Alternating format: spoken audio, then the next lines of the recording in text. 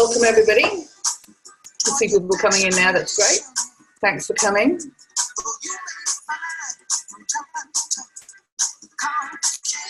We'll just wait a minute or so, let everyone come in.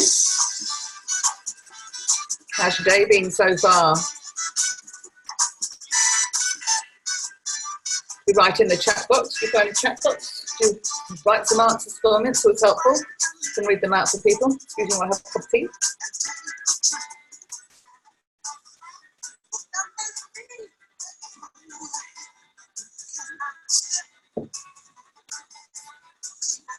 Great.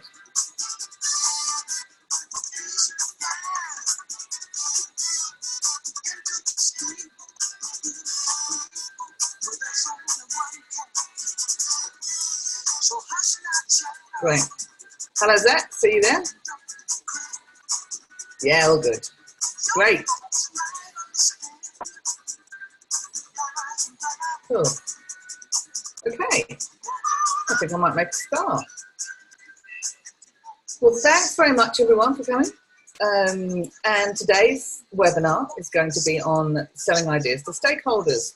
This is particularly targeted at marketing teams, but having said that, it's also really important for pretty much everybody who needs to sell in their ideas. The whole idea is that if you don't sell in your ideas, you're just not being effective. So let's make a start.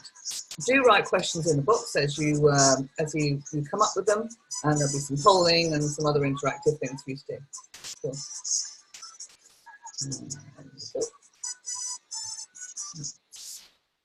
Oh, okay. Well, here's me. I thought I'd tell you a little bit about myself. So I have had some time in advertising, a lot of time in research, over 30 years. So I've worked an awful lot with marketing, helping marketing teams all over the world. And so what I see sometimes is their difficulty in getting their ideas through to stakeholders. And when I speak to people in marketing, they tell me that's a very common frustration. And because it is so very common, I thought I'd address it here today, because my mission is to help marketing increase the effectiveness that it has in the organization. And to be effective, you need to be able to sell ideas and get action.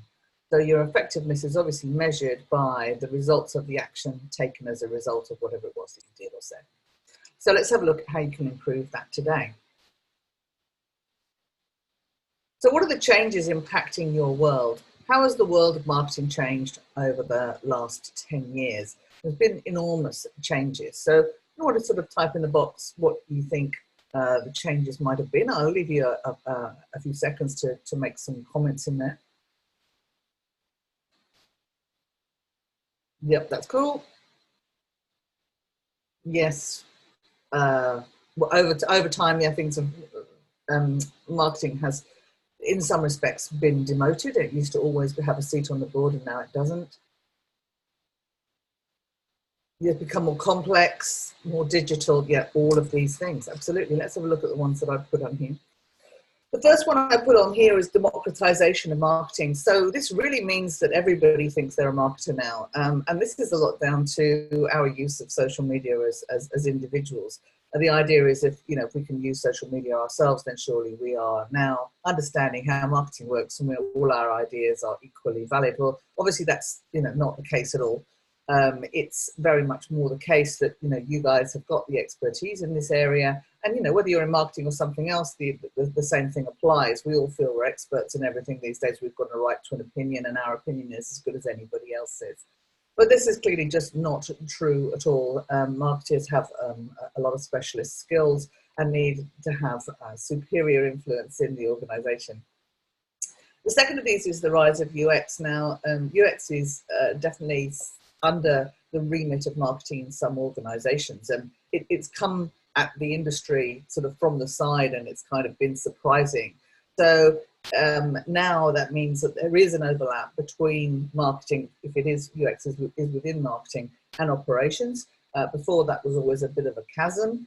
So this in a way is a good thing to be able to bring the two things together, but of course it's not anything that necessarily marketers have been trained in or had experience in. So being able to then pick that up, they need further training to do that, that's fine, of course, and many marketeers have got the hang of that extremely well. they're driving that, that's all good, being able to provide greater value to the consumer, which is what they want to do. So that's fantastic.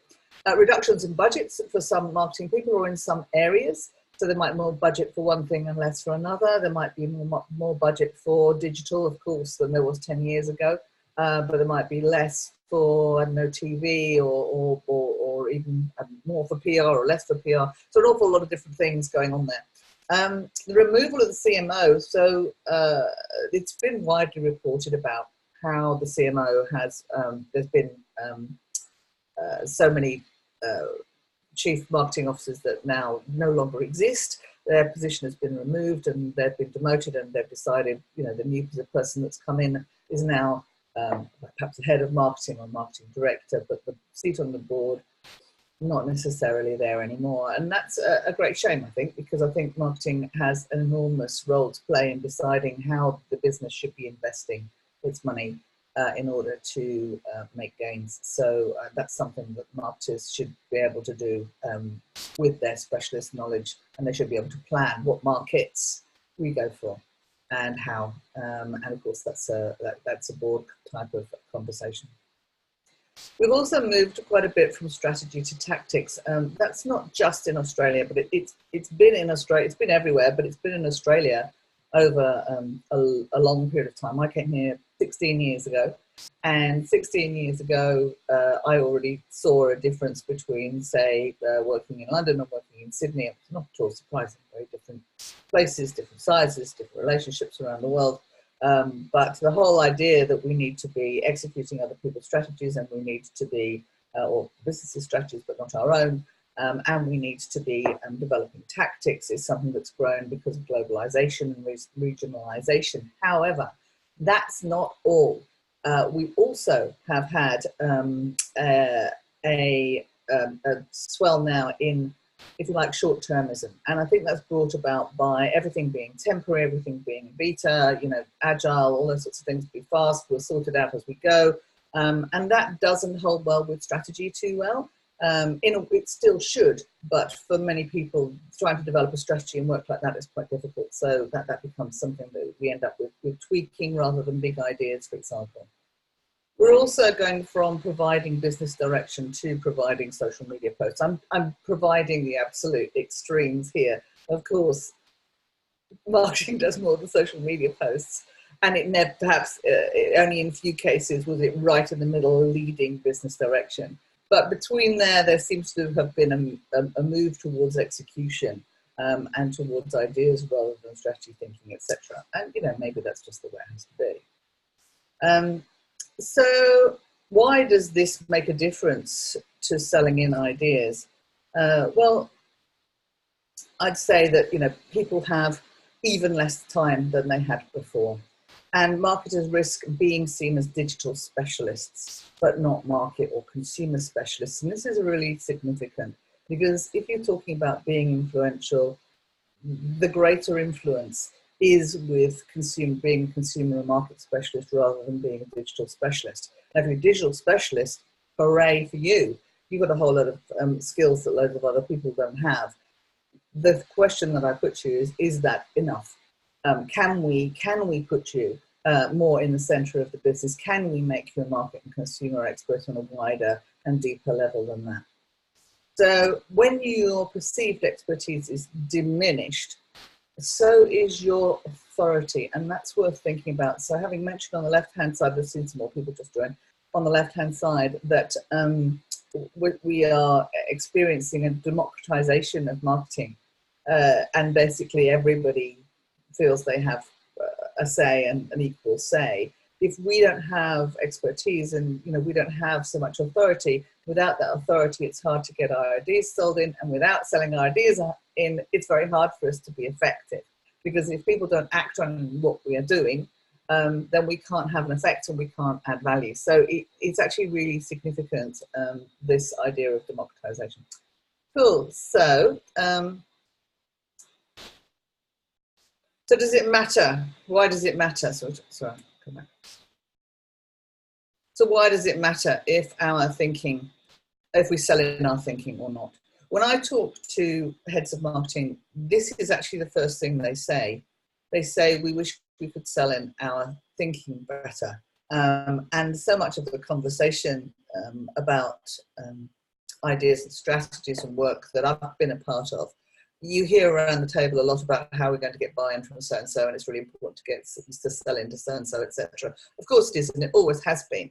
But if we don't sell in, then as I've said, we can't be effective. So it is incredibly important. Cool. So let's have a look.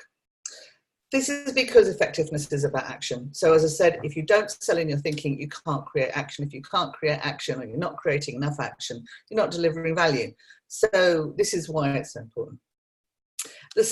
The downside of this, of course, of not being able to sell in your thinking is stagnation. This poor little chap in the boat here. Now, hopefully you never feel like this when you're at work. I'd hate to think of anybody feeling quite this bad. But if you can't sell in your thinking, or you can't sell in great ideas, I mean, I bet you we've all had an amazing idea. I've definitely had. When I say idea, I don't mean something frivolous, something we've thought through very carefully. And we put it to people, and it's hard for them to understand why it is such a valuable thing that we're offering. And we can, if we're getting pushback, we can feel extremely demotivated, because we really feel that we've found something that could make an enormous difference to the business.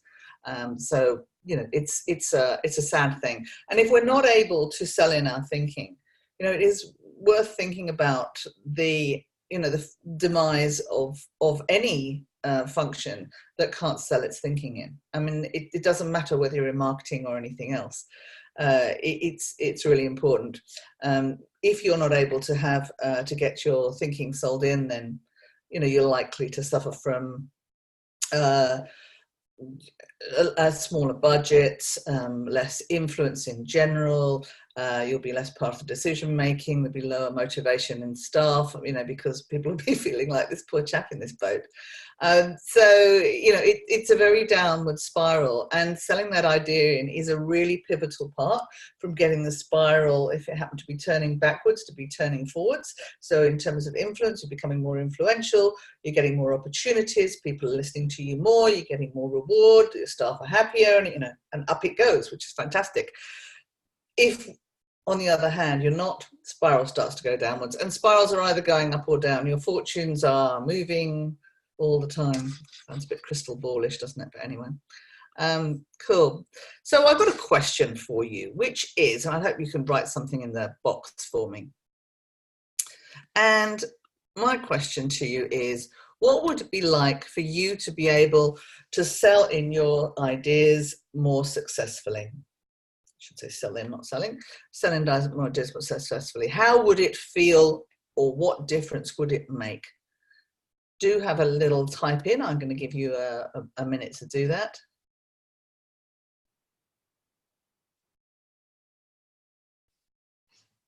If you could sell in more of your ideas, sell in amazing ideas, brave ideas, dangerous ideas. Yeah, it would be very empowering. So yeah, people saying it was very empowering. It would be, where are we? Yep.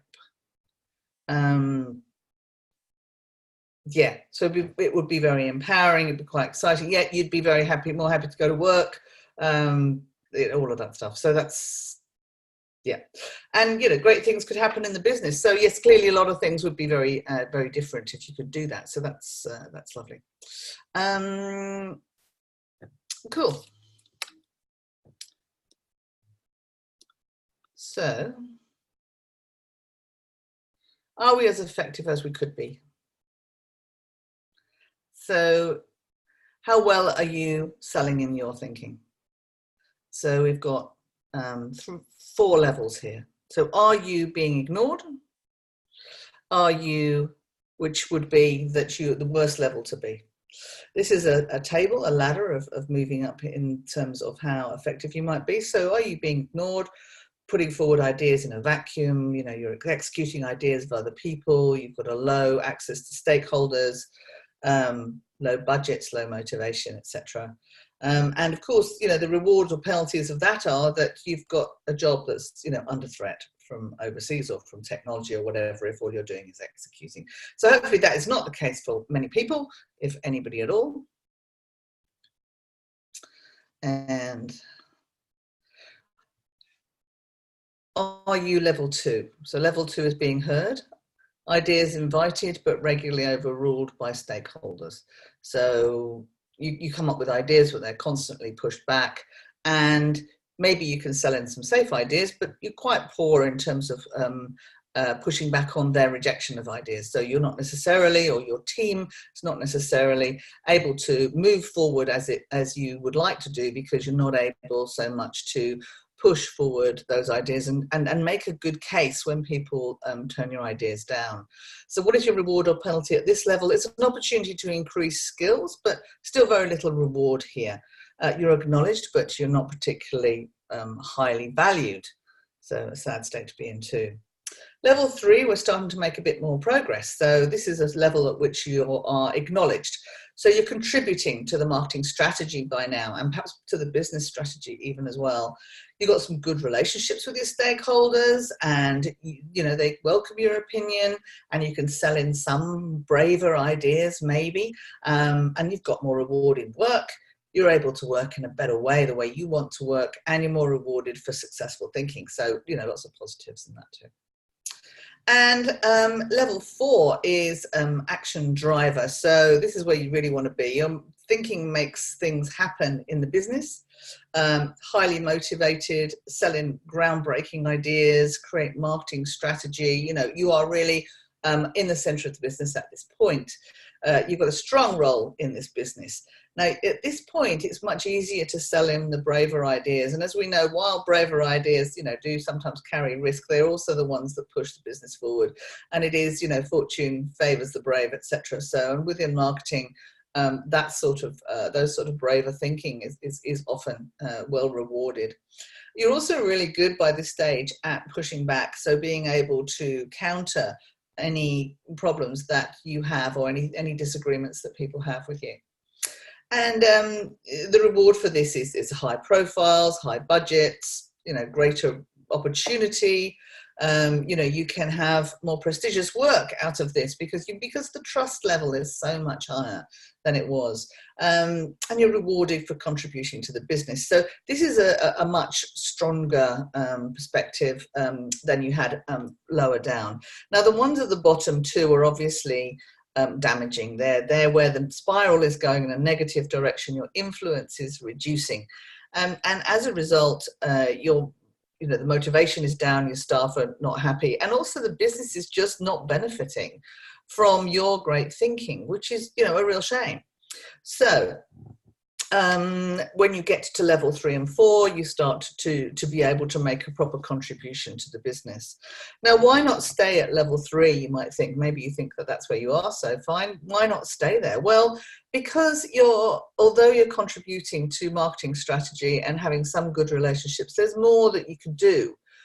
You've got some autonomy, you're doing some learning, but there is more that marketing can do than this. Marketing is obviously extremely powerful function when it's used correctly, and you have the ability to help the business in its direction of where it needs to invest its money, and to be able to influence the future hugely and quite directly. It is the only place where consumer and creative and commercial come together, and that's a unique place to be. So really, marketers should be striving to be in level 4 in terms of action driving and being able to sell in groundbreaking ideas. But this is not necessarily easy to do, and we're not necessarily trained for it.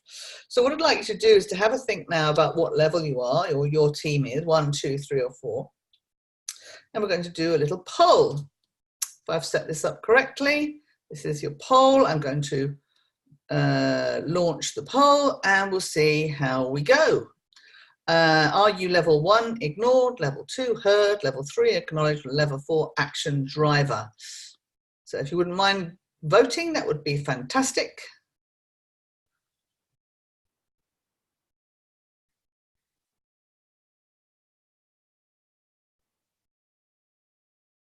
Cool. Selling in some brave ideas seems to be winning the day. Yes, selling in some brave ideas. Well, good for you selling in some brave ideas. I'm sure you're doing it in a difficult environment. So yeah, well done. And that's great. The question then is, can you move on to level 4? Can you actually sell in more brave ideas? Can you and your team learn better how to deal with pushback and questions from people and be able to have more traction than you do? And hopefully I can show you in a minute how. Good, well done. Good, great. So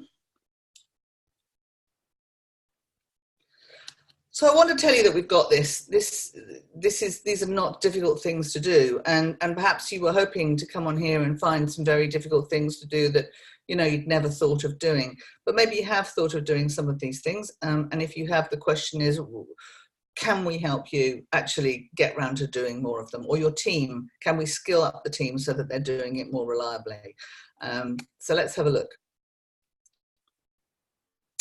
There are 5 errors that we need to address, and we don't make them all the time, but we make them from time to time. So let's have a look at what they are. So the first is that sometimes we don't build strong relationships that empower our stakeholders. It is really important to think about influence as a way of empowering others. That's the way that you harness people to your cause. It isn't by getting them to think about you and your cause. It's about you getting to think about how what your idea does helps them. And that's a real switch round of ideas. And when we first come to, with those of you that are quite senior, and I think there are some quite senior people on the call, so for you, thank you. When we first start this, you might remember back, it's all about pushing your idea to somebody else.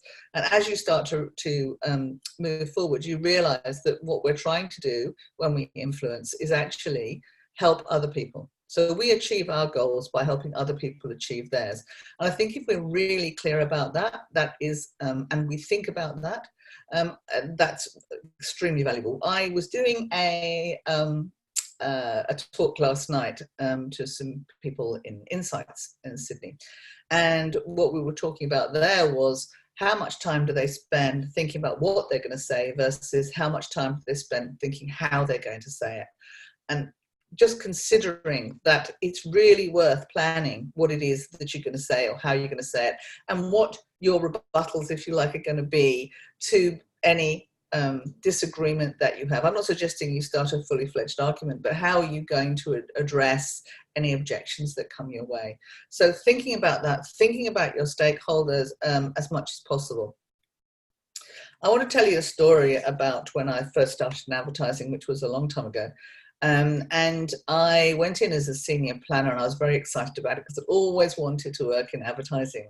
I think I sent a letter to JWT when I was 14, something.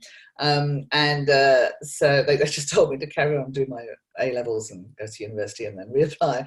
But anyway, so finally there I was in. I was a senior planner, and it was London in the late 80s, which is everything that you would imagine London advertising being in the late 80s. And my board account director on one of my accounts, a major account, called me into his room to meet me to see what I was going to be like.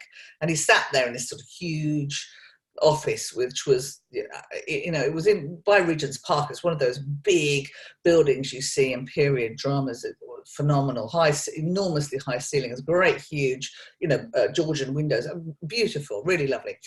Anyway, so there he sat with his great big wooden desk and his big leather chair, and smoking as everybody did at that time. So he said, "So I see you're our new planner. And tell me, what do you think advertising is for?" He said. And this was a wonderful question for me because I've always wanted to be an advertising, and said so. I kind of thought about it a lot, what it was all about and how you could do it better and all that stuff. So I told him about, awareness and engagement, and I told him about building relationships with the brand. I told him about emotional connections, and I just talked and talked with great enthusiasm, and he just sat there completely still, just sort of staring at me.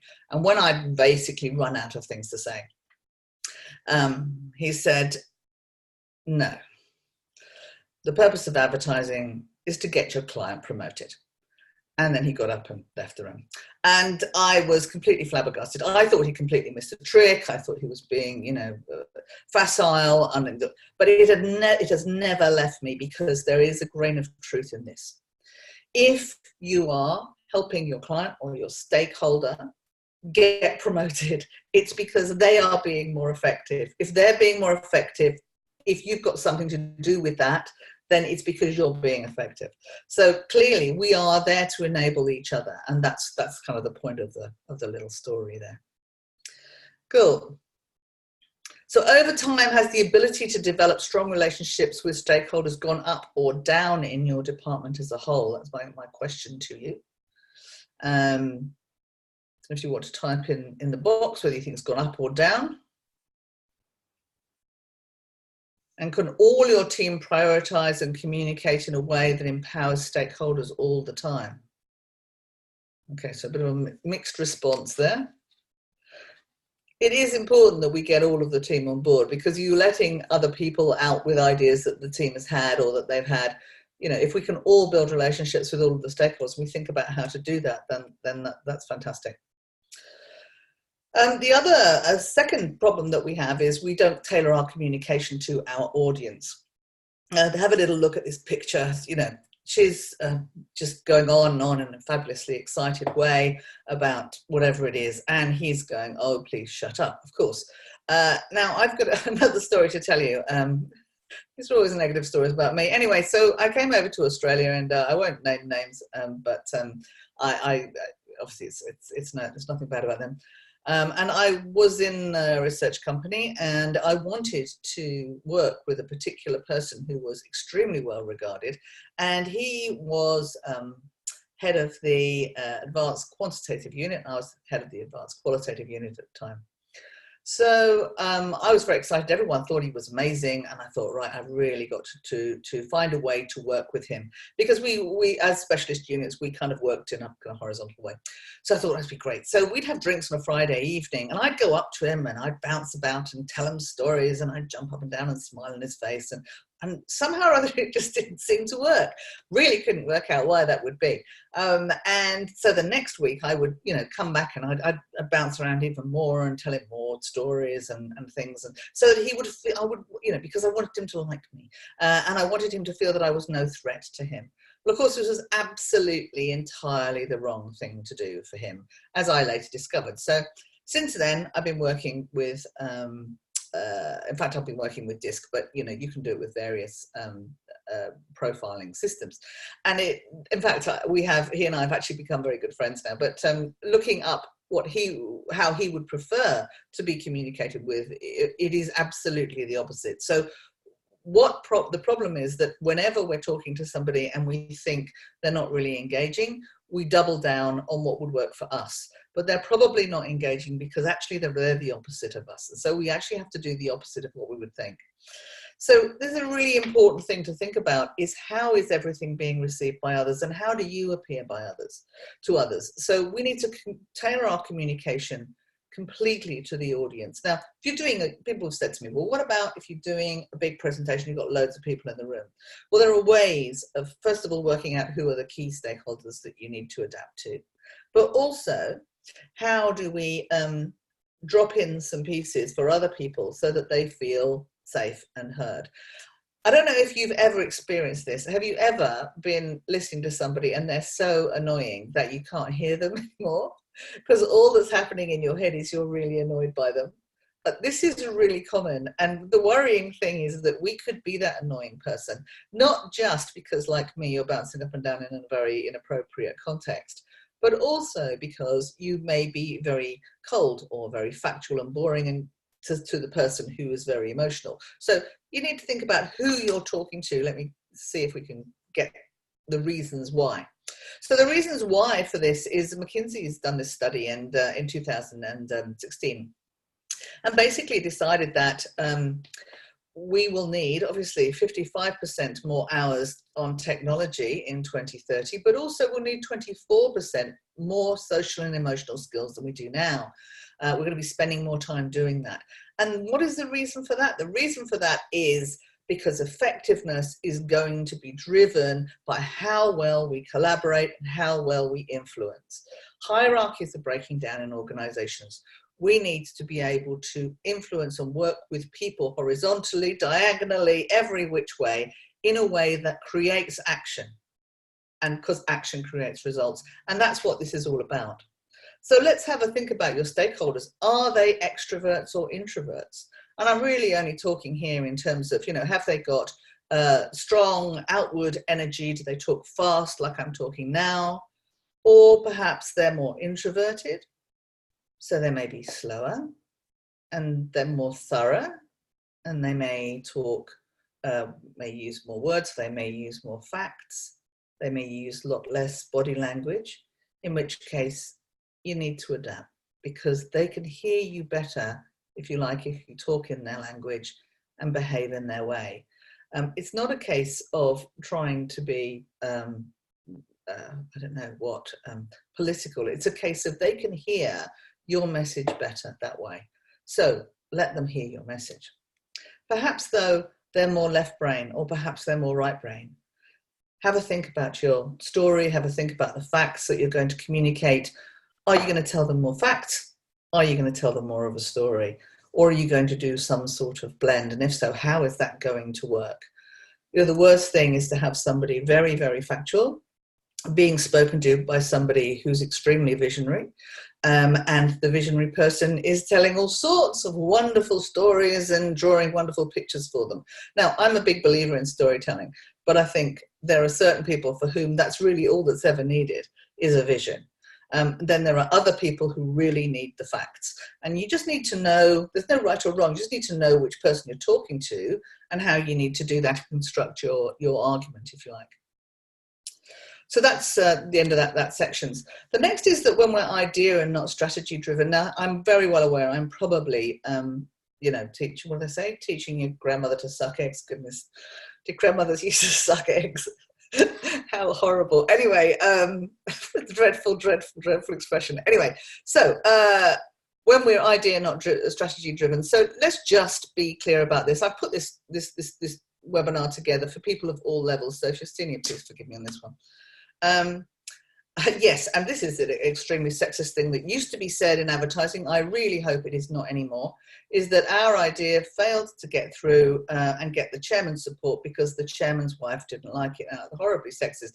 But we could supplant chairman's wife with his friends down the rugby club, or his mates, or or anybody else that's that he might be influenced with. So what we're saying here is that the ideas and the thinking that you have may well be put aside for no good reason. That's what it really means. For no good reason whatsoever, just because I don't like it, I don't think it'll work. So not having thought it through, not talking from a business perspective. So this, of course, is grandmother and eggs. But just reminding us, I mean, when I was a planner, always thinking, the way to create a strong sell-in process for an idea or an ad that was very good was to go, okay, so obviously you've developed your business goals, you've got your business strategy that's from that, your marketing strategy from that you've got your creative brief, your marketing plan, your ideas come from that, of course. Now, this isn't just an order in which you do things. If anybody's doing this properly, there is a strong line. So your ideas, your creative ideas, are either on brief or they're off brief, and from that you need to make your argument. So because the creative brief has been sold in, if you've done a good selling job with your creative brief, and your marketing strategy has been sold in ahead of that, and it's all serving the business, because it all ties up in one line. Your ideas are best sold in if you tie it back to business structure and business goals, business strategy, marketing strategy, what has already been sold in. So you basically already pre-sold it by selling all of this in advance. So use it, basically, I'm saying. Number 4 is we don't push back. There's a big thing about pushing back, and pushing back is not necessarily negative. Perhaps I should think about it in a different word, but this is saying, actually, can we have another talk about this? Can I explain something else? Can I show you how this works to deliver against the business goals? Those sorts of things. So really trying to have a proper conversation about this. One of the things I have to say before I start is that there is a personality type, revealed in various profiles, that is a very strong personality type. And they're the people that come out with a very strong point of view. They've always got a point of view, and it's like instant and seems very, very strong. And for some people, there's a feeling that if you contradict them, they will get very annoyed. But actually, those type of people tend to respect strength rather than weakness. And if you do go, well, actually, can I have a minute? Because I want to be able to talk about this and this, explain this, and you point out why, then they'll give you that minute and you'll be able to explain.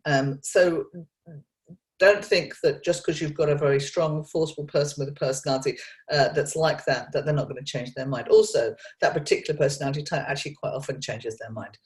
So don't take strength of their point of view as being a permanent point of view. It changes quite a bit, quite often. If they see something better, they jump on it straight away. Cool. So we need to push back. So let's have a think about why we don't push back. So we may not push back because we're not confident in our ideas and in our thinking.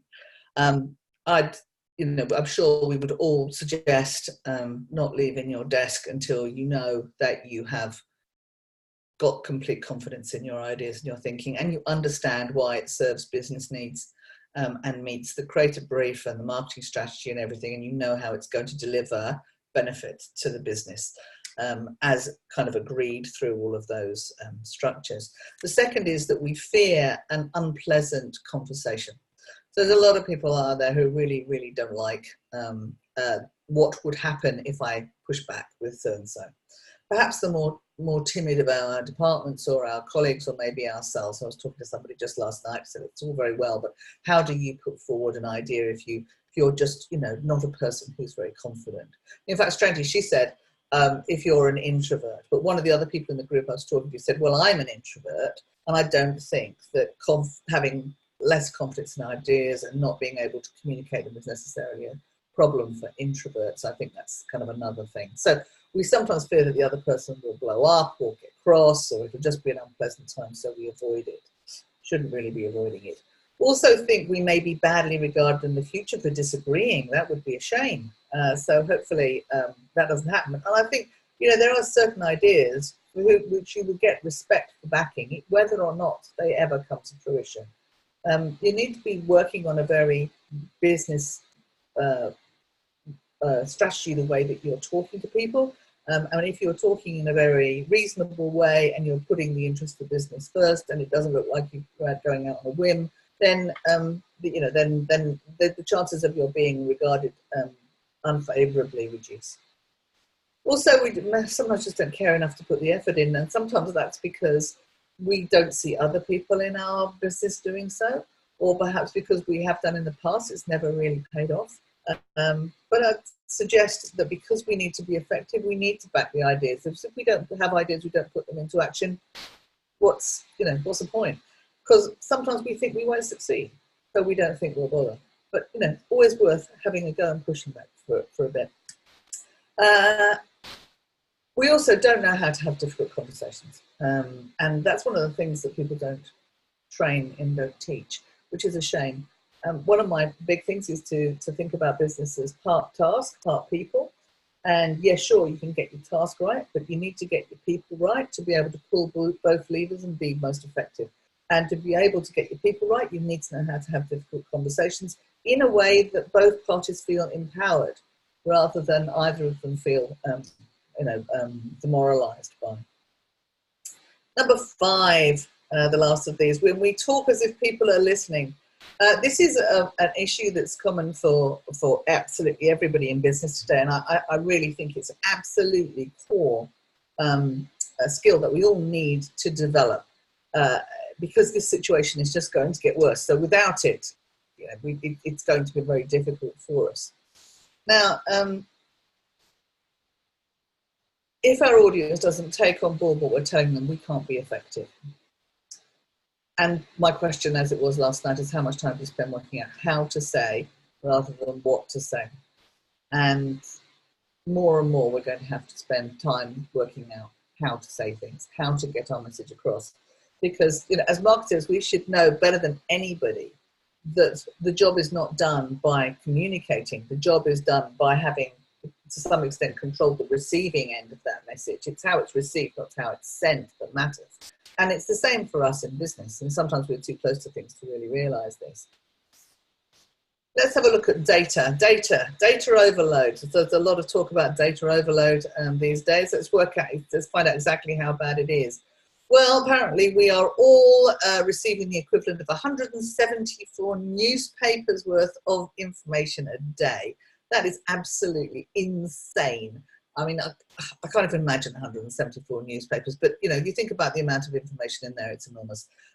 So that's something that we can do something about, and I'll tell you in a minute. And yes, we receive on average 121 emails a day, but that's rising every day, and for many of you that'd be far more.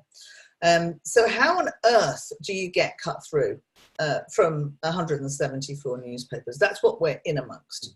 We've sent our little message out there into the world, our idea. Maybe we've spoken to somebody in a corridor, maybe we've sent them an email. How is that going to make a difference?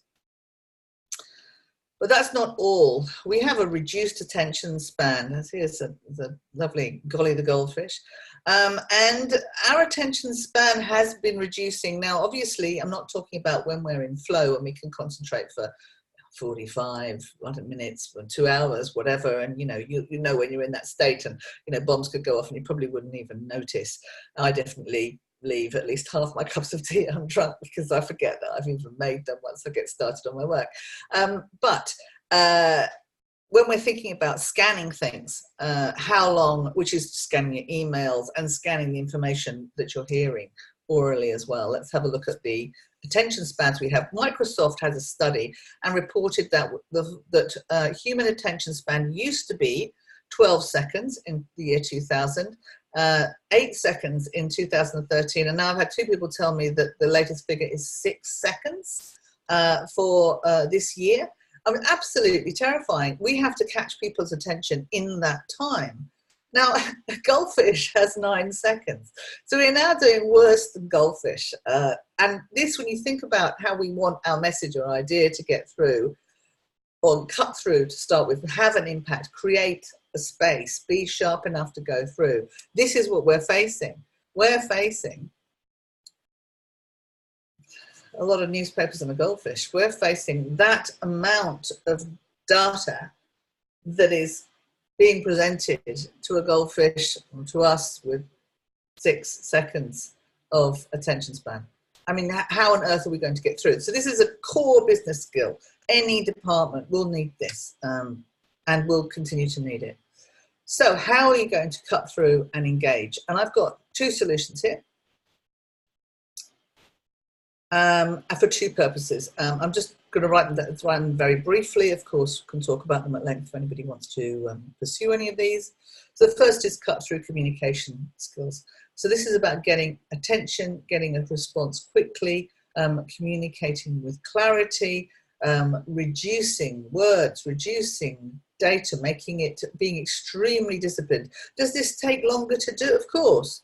It's always easier, you know, to write a long letter than it is to write a short letter, but it is also a skill that you can develop over time so that you are more efficient in your communication and more powerful. So how to write headlines of emails that get noticed. You think to yourself, gosh, surely we don't need to be doing that. But you know, if you're in amongst 174 newspapers worth of data, you sure do, if you care about whether that idea comes through. So our ideas are not just good ideas until they are sold in. The second, of course, is the wonderful storytelling. This has a different way of engaging. This is about engaging on a deeper level, involving people. This is about creating vision and deep meaning. And that sort of stuff stays with people. Now, I know you probably all know about what the importance of stories, and the fact that stories have been with us, you know, forever, that they encapsulate meaning and all the rest of it. But I want to give you one more reason why this is incredibly important, storytelling, and what it does and how it can be proven to have done this. So I don't know if any of you have read the book Sapiens. It's one of my favorite books. I do go on about it a lot because there's so much in there that I find so revealing. So what the author tells us is that the reason that mankind as a species, so the book is basically about why we've got to where we've got to based on the biology of who we are and how we've evolved.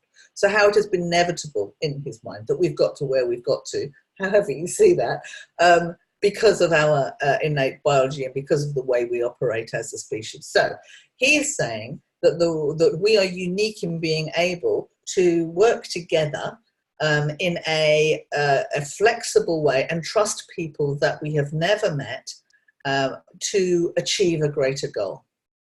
And he talks about a myth being something which unites us to be able to do that. Unites us with people from the past, unites us to take things forward to the future, unites us with people in other countries, to lose our lives for them. So the power of a myth or a story, incredibly important, because he says collaboration is the biggest thing that we actually have, our ability to do that and be flexible. So for example, other primates, may need to groom each other before they can trust each other. We fortunately don't have to do that. If we have a unifying myth or a unifying story, then we can act together. And that is incredibly powerful because it's only action that creates results in business, not ideas. So that's why that's so important. Fantastic. So I'm just looking at my watch. Cool. Good. When we can sell in our ideas, wonderful things happen. We can have greater purpose. We feel more motivated. Obviously, our mastery extends. And I mention these things: purpose, mastery, and autonomy are three of Daniel Pink's, the three Daniel Pink things that motivate white-collar workers. So if you want to be excited to work, give people a sense of purpose, increase their mastery, increase their autonomy. So this gives these things to people on a personal basis. Status for the department, therefore budgets, sense of achievement, motivation, etc. So all sorts of good things happen if we start to move up that from level 2 and 3 up to level 4 on the ladder that we went through before. So how can I help you power up? There are various ways. I work in collaboration and influence space in general. I'm just going to show you a couple of things, one called 1, one called 6. Sorry about that. So the first one is effective communication. And this is a sort of mixture between the storytelling and the cut-through communication. I can also do on-the-job coaching for people, and I do like my training to have coaching afterwards. Let me tell you why. The reason is that training helps us learn something, but it doesn't help change behavior. I can definitely think of a lot of things that I know, and I know I ought to do, and I could even tell you how to do them, but it doesn't change my behavior. So what you want to get an effect and get results out of training is to do coaching, because training is not transformation.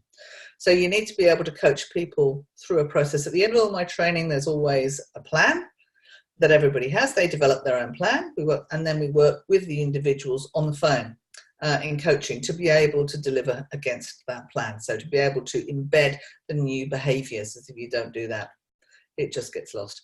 My second one is relationship development, and I can do that with group coaching or coaching on its own. All of these, obviously, it's very changeable depending on what you need.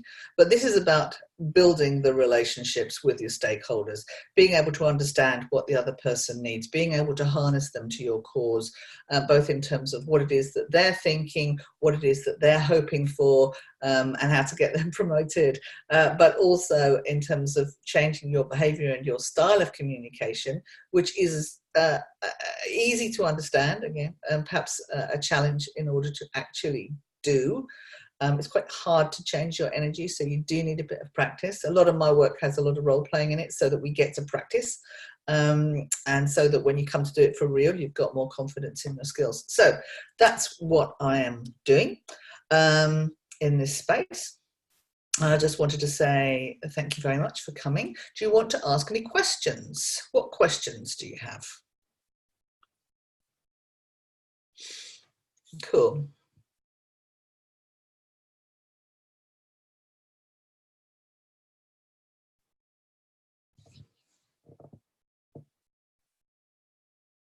Looks like maybe no questions today. That's all right. If you have questions another day, do send them through. Thank you very much indeed for your time today. I hope the rest of your day is fantastic. And yeah, best of luck with the rest of your week.